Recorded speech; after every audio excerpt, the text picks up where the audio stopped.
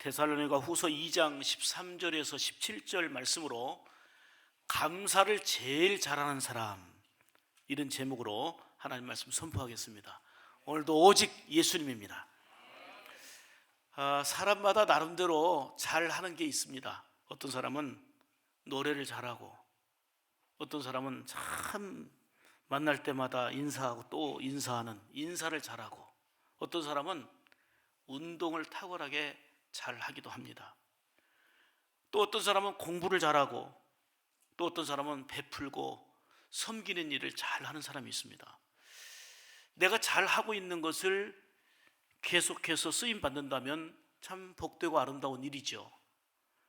그런데 우리 성도들은 무엇보다도 감사를 제일 잘하는 사람들이 되어야 합니다. 감사는 삶을 기쁘게 하고 행복하게 만드는 에너지입니다. 여러분, 가정에 감사로 가득해봐요. 그게 행복이에요. 여러분들이 서 있는 곳에 감사로 가득해봐요. 그게 기쁨이고 행복입니다. 감사를 잘하는 사람이 최고로 멋진 사람입니다.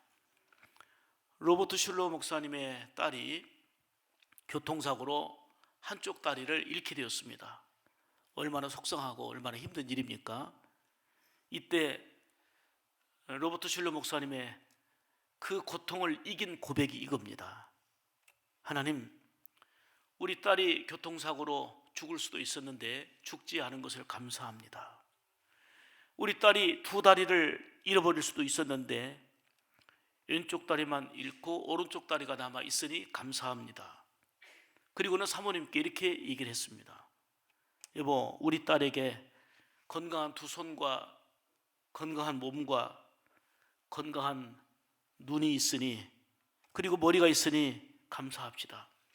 잃어버린 한쪽 다리만 보고 불평하지 말고 아직도 남아있는 것을 가지고 하나님께 감사하자고 얘기했습니다. 보통 대부분의 사람들은 많이 있지만 지금 내게 없어져 버린 거, 내게서 사라져 버린 거, 상실한 거, 잃어버린 걸 생각하면서 감사라는 엄청난 보화가 있음에도 불구하고 원망하고 불평하고 속상해할 때가 많습니다. 그러나 믿음의 감사는 남들보다 많이 갖추었기 때문에 드리는 게 아니에요. 많이 있기 때문에 하는 게 아니에요. 믿음의 감사는 지금 내게 있는 걸 바라보며 감사하는 거고요. 아직 없지만, 아직 주어지지 않았지만 하나님이 주실 것을 믿음으로 바라보며 감사하는 게 믿음의 감사예요. 지금까지 인도하신 하나님이 앞으로도 그 험한 산길을 헤치고 나가야 되는 힘든 인생 상황 속에서도 도우시고 함께 하실 것을 바라보면서 기대하면서 감사하는 게 바로 믿음의 감사예요. 감사는 더욱더 풍성하고 잘되게 하는 신비입니다. 감사하는 사람에게는 믿음이 있습니다. 감사하는 만큼 행복이 있습니다. 감사하는 만큼 또한 건강합니다. 시편 50편 14절에 보면 감사로 하나님께 제사를 드리며 그랬어요. 예배에 담겨야 될 가장 중요한 정신은 감사라는 거예요. 하나님 앞에 예배 드릴 때에 그 예배 속에 담겨져야 될 소중함이 바로 감사라는 거예요. 그래서 감사로 하나님께 예배를 드리며 이렇게 말씀하는 겁니다. 감사는 잘 아시다시피 그 생각하다라는 단어 think에서 나온 의미입니다. 그러니까 받은 은혜와 주의 사랑을 생각하면 감사가 되는 거고, 그 은혜를 잊어버리면 원망이 되는 거예요.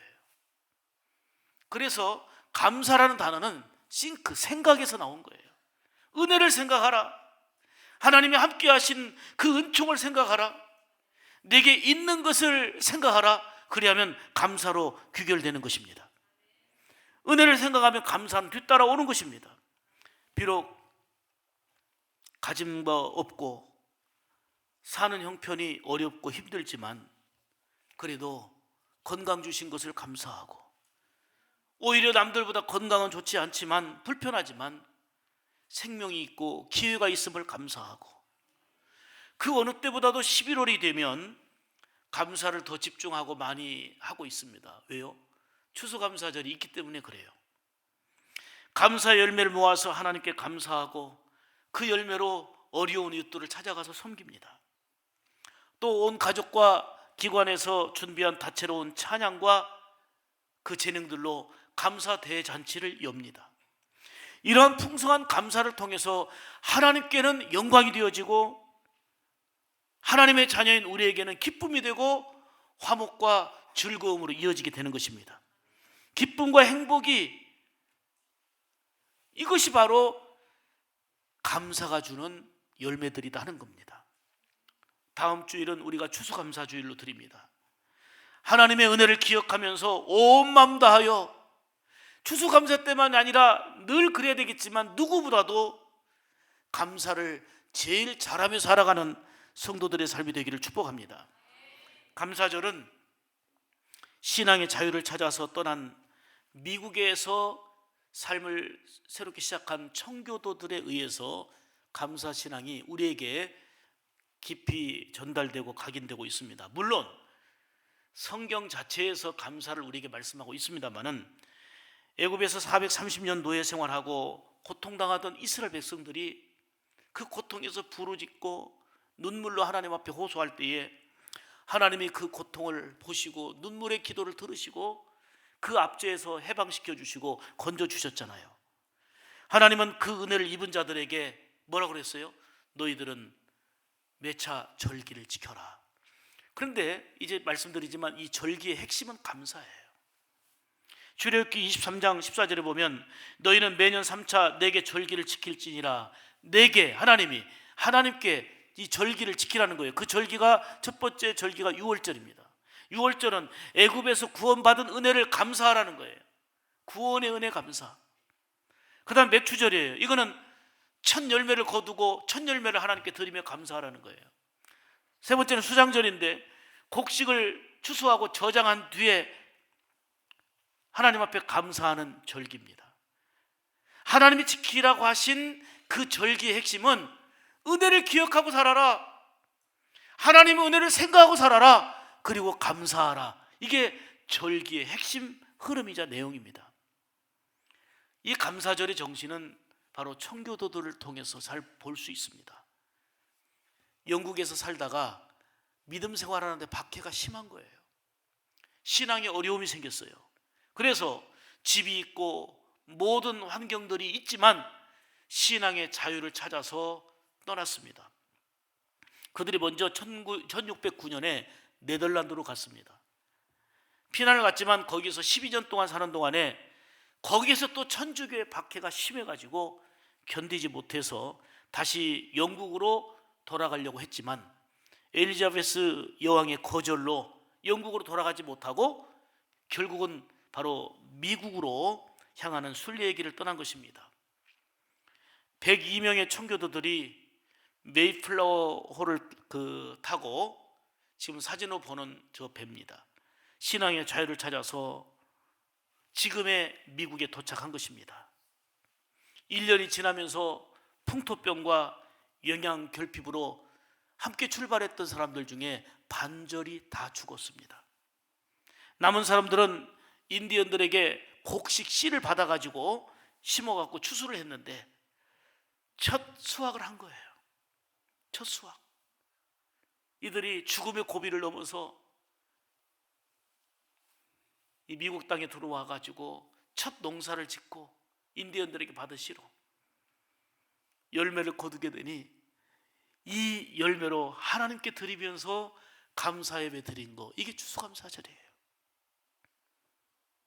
생명과도 같은 거, 모든 것이 하나님의 은혜라는 거예요. 하나님이 주셨다는 거예요.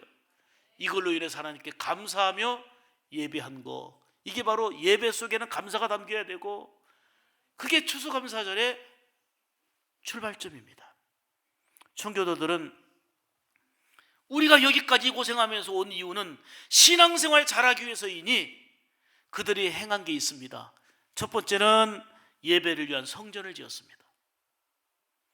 두 번째는 자녀들을 믿음으로 잘 키우자고 배우게 하자고 학교를 지었습니다. 그리고 세 번째, 자기들이 사는 집을 지었습니다. 그들의 순서는 하나님께 예배드릴 성전, 교회를 짓는 것이 첫 번째였고, 그 다음에 아이들을 가르치기 위해서 학교를 지었고, 그 다음에 거할 집을 지었습니다. 본문이 주시는 생명의 말씀 따라 오늘 우리도 지금 내 환경, 내 처지, 지금 내 삶의 자리에서 감사를 제일 잘하는 성도 되자, 이렇게 결단하며 나아가기를 원합니다. 그렇다면 오늘 본문을 통해 주시는 세 가지의 생명의 말씀을 듣기를 원합니다. 첫째로, 감사를 제일 잘하는 사람 되려면 받은 은혜를 기억하며 마땅히 감사를 드려야 됩니다. 마땅히 감사. 자, 13절 보겠습니다. 주의 사랑하시는 형제들아, 우리가 항상 너희를 위하여, 다 같이요, 시작.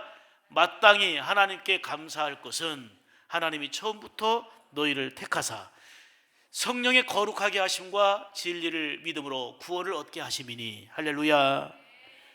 하나님께 감사하는 것은 마땅한 일이라는 것입니다. 이 마땅하다는 말은 다른 말로 얘기한다면 반드시입니다. 반드시 감사하라는 것입니다. 하나님의 은혜를 입고 사는 성도들은 감사를 해도 되고 형편 따라 안 해도 되고 하는 선택사항이 아니고 마땅하다는 거예요. 당연하다는 거예요. 왜요? 우리를 선택하시고 우리를 인도하신 그 절대적인 그 이유 때문이에요.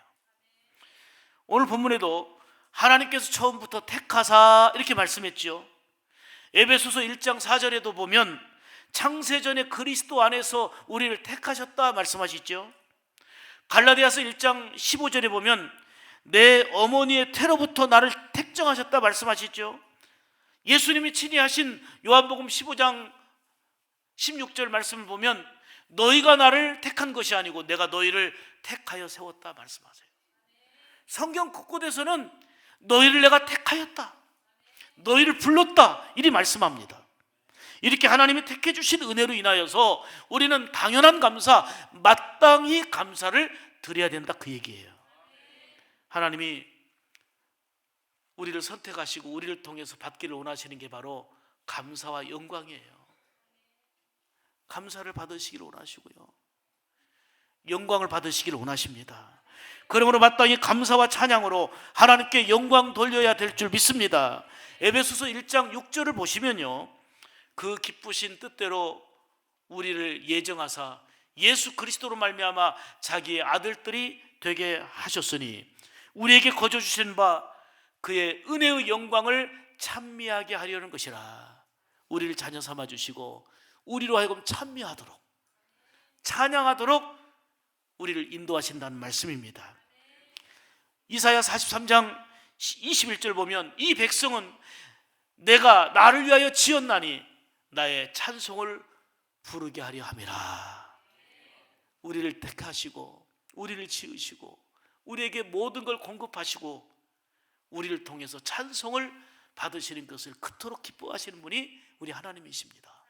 그러므로 우리는 택하신 하나님께 마땅한 감사, 당연한 감사를 누구보다도 제일로 잘해야 될 줄 믿습니다.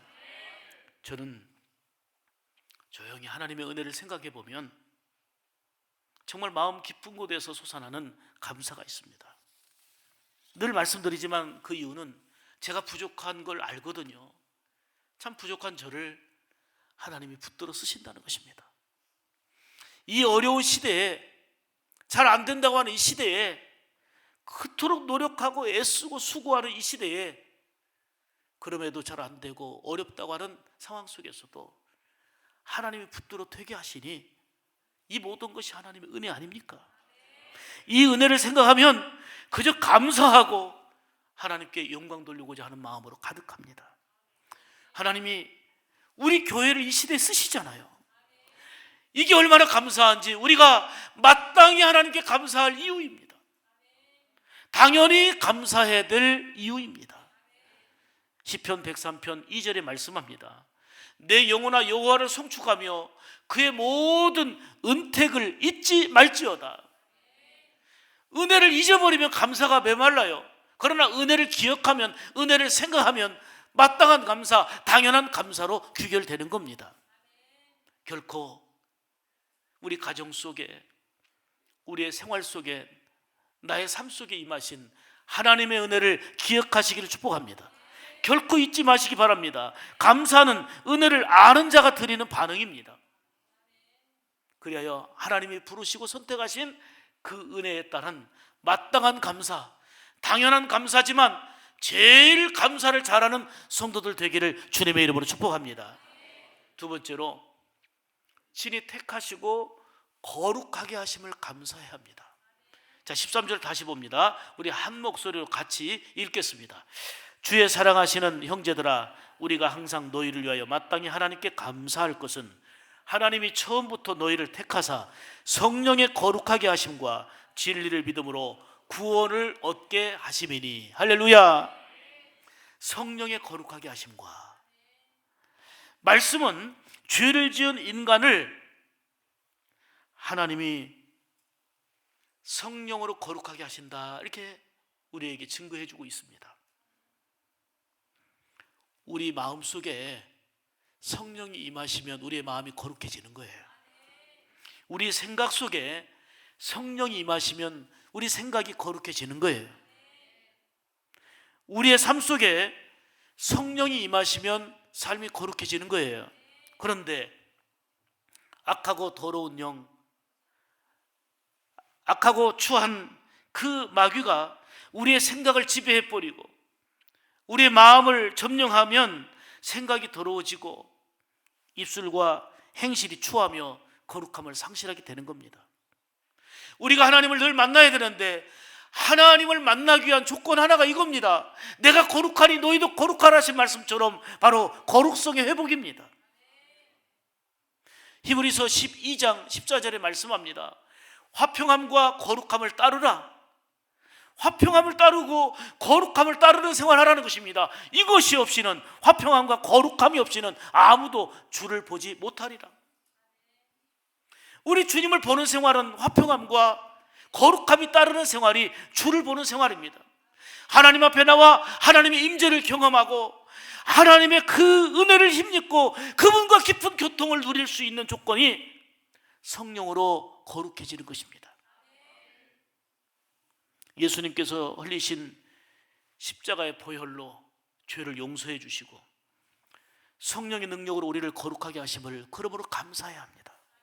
더 나아가 로마서 12장 1절 2절에 말씀하는 것처럼 우리의 몸을 의의 병기로 들여서 하나님께 영광 돌리는 이런 삶이 되어야 합니다. 여러분, 묻겠습니다. 여러분들을 하나님이 택하셨다는 걸 믿으십니까? 확신하십니까? 그러시다면 또 한 번 묻겠습니다. 성령으로 여러분들을 거룩하게 하심을 믿으십니까? 그런 마음 중심으로 감사하십시오. 부르심에 대한 최고의 반응은 감사함과 꾸준한 헌신입니다. 어느 목사님의, 서울에서 목회하는 목사님의 아들이 홍익대 미대를 다니고 있었어요. 근데 이제 그 여름에 수련회를 가기 위해서, 청년부 수련회 가기 위해서 계곡에 답사차 갔다가 물속에 들어갔는데 심장마비로 죽었어요. 기가 막힌 일이죠. 귀한 아들이, 멀쩡했던 아들이 심장마비로 죽어서 돌아오니 얼마나 속상하고 힘들었겠습니까? 온 교인들이 눈물로 장례식을 치렀어요. 그리고 목사님이 너무나도 힘드신 것 같으니까 장로님들이 좀 한 달간이라도 목사님 어디 조용한 데서 쉬십시오.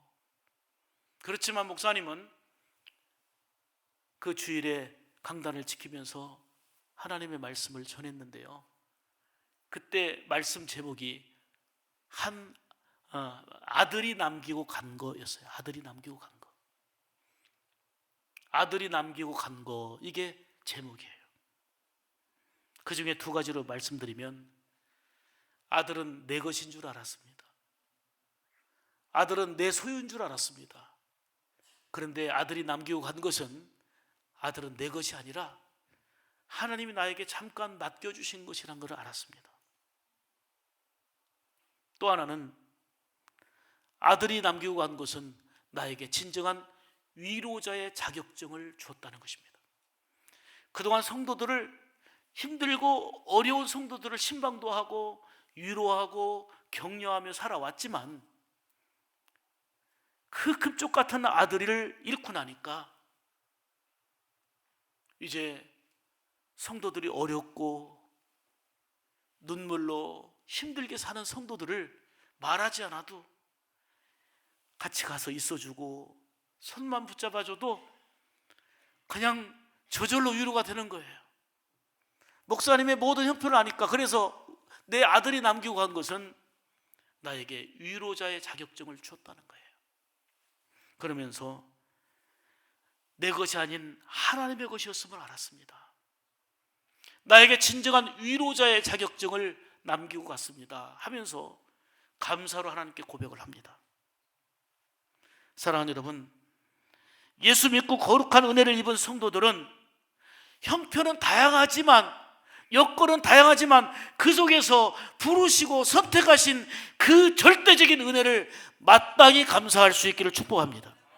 예수님의 죽으심으로 우리를 살리신 은혜, 성령으로 거룩하게 하여 주셔서 하나님 앞에 나오고 하나님과 교통할 수 있는 은혜를 주신 그 은혜에 따른 마땅한 감사를 드려야 될 줄 믿습니다. 이렇게 믿음으로 감사를 제일 잘하는 성도들 되고 우리를 거룩하게 하신 그 은혜를 감사하며 살아갈 수 있기를 축복합니다. 세 번째는 구원하시고 영광을 얻게 하시는 것을 감사하라 하는 것입니다.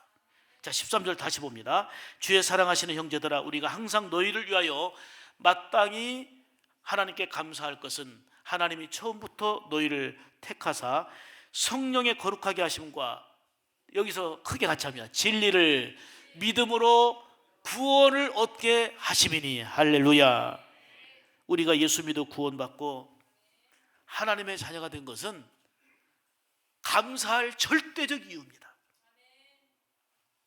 죄 가운데서 태어나서 죄 짓다가 그 죄 때문에 지옥에 갈 형편인데 영원한 저주에서 예수님의 피로 건진받았으니, 그 예수님의 피로 죄사함 받고 하나님의 자녀가 되었으니 얼마나 감사한 일입니까?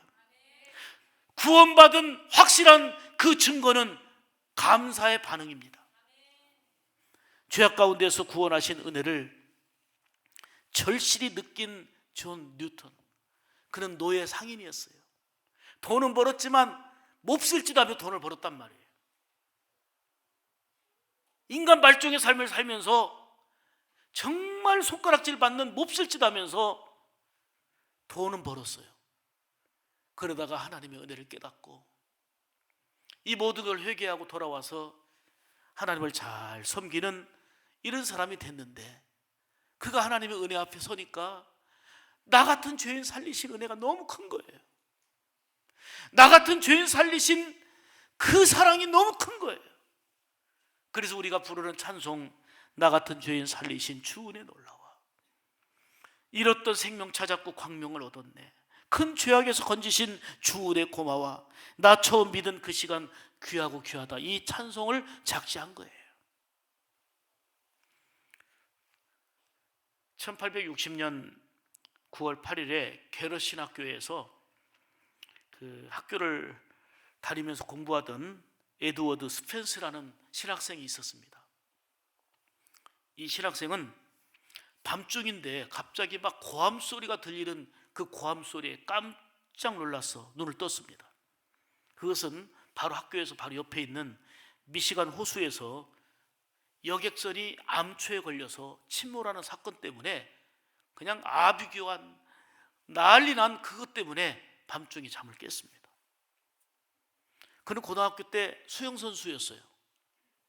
그래서 자다 말고 뛰어 나가가지고 그 상황을 보면서요, 물속에서 죽어가는 생명 17명을 건져냈어요. 그런데 그때 후유증으로 몸이 많이 좋지 않았다가 결국은 32세의 젊은 나이에 죽고 맙니다.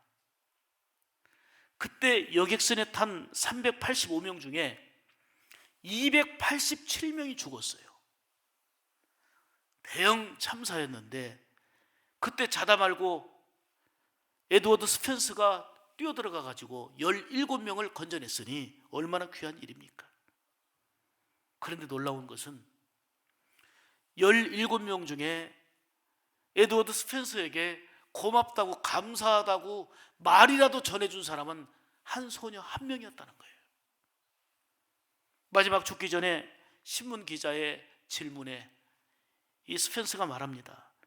내가 그날 밤 건져주었던 17명 가운데 감사를 표시한 사람은 한 소녀였는데 그 소녀는 매년 크리스마스 때마다 저에게 카드를 보내왔습니다. 한 사람이 나를 그렇게 목숨 걸고 건져준 거 고맙다고 표현을 해왔다는 거예요. 저는 이 내용을 읽으면서 목숨까지 건져준 일에 그냥 감사하다는 말도 못하냐 말이에요.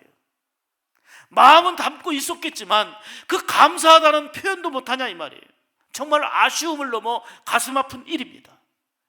그런데 이보다 더 가슴 아픈 것은 예수 그리스도께서 십자가에서 희생하시며 온갖 모든 걸 다 쏟아 부으시며 우리를 살리시고 건져주셨는데 우리 주님 앞에 감사하다는 말을 못합니까? 이 은혜를 생각하면 그 무엇보다도 감사를 제일 잘하는 성도의 삶을 살아가게 될 줄로 믿습니다. 더 나아가 마땅히 감사할 것은 복음으로 우리를 부르셨다는 거예요. 14절 보시겠습니다. 이를 위하여 우리의 복음으로 너희를 부르사 우리 주 예수 그리스도의 영광을 얻게 하려 하심이라 이렇게 말씀합니다. 우리를 하나님의 자녀 삼아 주시고 거룩한 도구로 쓰임받도록 부르심 받았다는 게 얼마나 감사한지, 하나님의 부르심 받았다는 게 얼마나 귀한 일입니까? 그래서 마땅히 감사하고 당연히 감사하고 감사를 제일로 잘하며 살아야 될 이유가 우리에게는 있는 것입니다. 저는 지난 금요일에 강화도에 다녀왔습니다. 강화도에 연동교에서 운영하는 수련원이 있는데 거기에서 우리 해외로 선교 나갈 선교 훈련생들, 선교사로 파송받을 분들이 한 달간 이제 합숙 훈련을 한 거예요. 그리고 제가 마지막 수료 예배를 인도하고 설교하고 이제 수료증을 수여하기 위해서 간 것입니다. 올해 또 내년엔 모르겠습니다만은 지금 총회 세계 선교부 실무를 맡고 있어가지고 우리 통합 측 세계 선교사 파송을 위한 교육에 마지막 설교와 수료증을 수여하러 갔습니다. 그 과정에서 정말 가슴 뭉클한 이런 예식이 있었습니다. 선교사들이 몽골, 동티모르, 필리핀, 온두라스 등 각 세계로 파송 받기 위해서 25명의 선교사들이 한 달간 합숙 훈련을 받았습니다. 마지막 한 주간은 아이들까지 같이 더불어 이제 함께하는 시간들이었습니다. 제가 수료증을 한 사람씩 다 이제 수여하고 그 다음에 학사 보고를 받고 그 다음에 보고받은 게 있어요. 한번 사진 한 좀 보여주세요. 사진 좀. 이게 뭐냐면 저희들이 복음의 현장에 가서 어떻게 될지 모르기 때문에 유언장을 써서 제출하는 거예요. 유언장을 써가지고 선교 현장으로 나가는 거예요. 언제 어떻게 죽을지 모르는 거거든요. 죽음을 각오하고 선교를 위해서 고향 친척 아비집을 떠나서 하나님이 지시할 땅으로 가라 하신 아브라함과 같이 그냥 선교 현장으로 갈 때에 유언장을 쓰고 그거를 저희들의 하나님 앞에 드리는 마음입니다 하고 학사 보고와 더불어서 제가 이거를 받았어요. 받고 이분들에게 격려하면서 예수님이 하신 말씀처럼 죽으면 살리라. 죽어도 천국이지만 죽으면 살게 되는 하나님의 은혜가 있을 겁니다 하고 격려를 했습니다. 저는 내일이면 말레이시아로 가서 이제 목요일 날 오게 되는데 세계 선교사들, 우리 통합측 파송 선교사들이 거기에 모입니다. 선교대회에서 두 가지 하러 갑니다. 하나는 하나님 말씀 전하러 가는 거고요, 또 하나는 선교 후원비 드리러 가는 겁니다. 여러분 많이 기도해 주시기 바랍니다. 우리가 이 시대에 하나님 앞에 존귀하게 쓰임받고 있는 교회가 됐고 우리 성도들이 됐다는 거, 하나님이 기뻐하시는 그 일을 더욱더 힘써 감당하기 위해서 우리의 건강과 시간과 물질과 재능과 모든 걸 주셨으니 부르심에 감사하면서 하나님의 영광을 위하여 쓰임받는 그런 은혜가 있기를 주의 이름으로 축복합니다. 먼저 목사로, 선교사로, 장로로, 권사로, 집사로, 성도로, 교사로, 찬양대원으로 부르신 것을 감사하며 어떻게 반응해야 되겠습니까? 감사의 반응으로, 끝까지 헌신하는 반응으로 나가야 될 줄 믿습니다. 신앙생활은 대충 하면 안 됩니다. 적당히 하면 안 됩니다. 주님은 말씀하십니다. 열심 품고 주를 섬겨라. 게으르지 말고 죽도록 충성하라 말씀하십니다. 이것이 구원의 은혜를 받은 성도에게 주시는 하나님의 말씀입니다. 사람마다 나름대로 제각기 잘하는 것이 있습니다. 여러분들은 무엇을 잘하십니까? 그 잘하는 것을 주 안에서 잘 활용하십시오. 그런데 무엇보다도 우리를 선택하시고 우리를 부르시고 우리를 성령으로 거룩하게 하시고 우리를 구원하신 하나님의 은혜로 인하여서 감사하되 누구보다도 감사를 제일 잘하는 성도들의 삶이 되기를 축복합니다. 베푸신 은혜를 마땅히 감사하고 친히 택하시고 성령으로 거룩하게 하심을 감사하고 구원하시고 우리를 통해서 영광을 받으시는 하나님께 감사를 제일 잘하며 살아가시기를 축복합니다. 그리고 부르심에 대한 감사와 헌신의 반응으로 우리 삼천동에서, 효자동에서, 평화동에서, 우리 전주시에서 여러분의 삶의 자리에서 감사를 제일 잘해서 하나님께 영광이 되어지고 많은 사람들에게 예수님의 향기와 감동을 자아낼 수 있는 복된 그리스도인으로서 여러분들 되시기를 주님의 이름으로 축복합니다. 축복합니다. 하나님 아버지 감사합니다.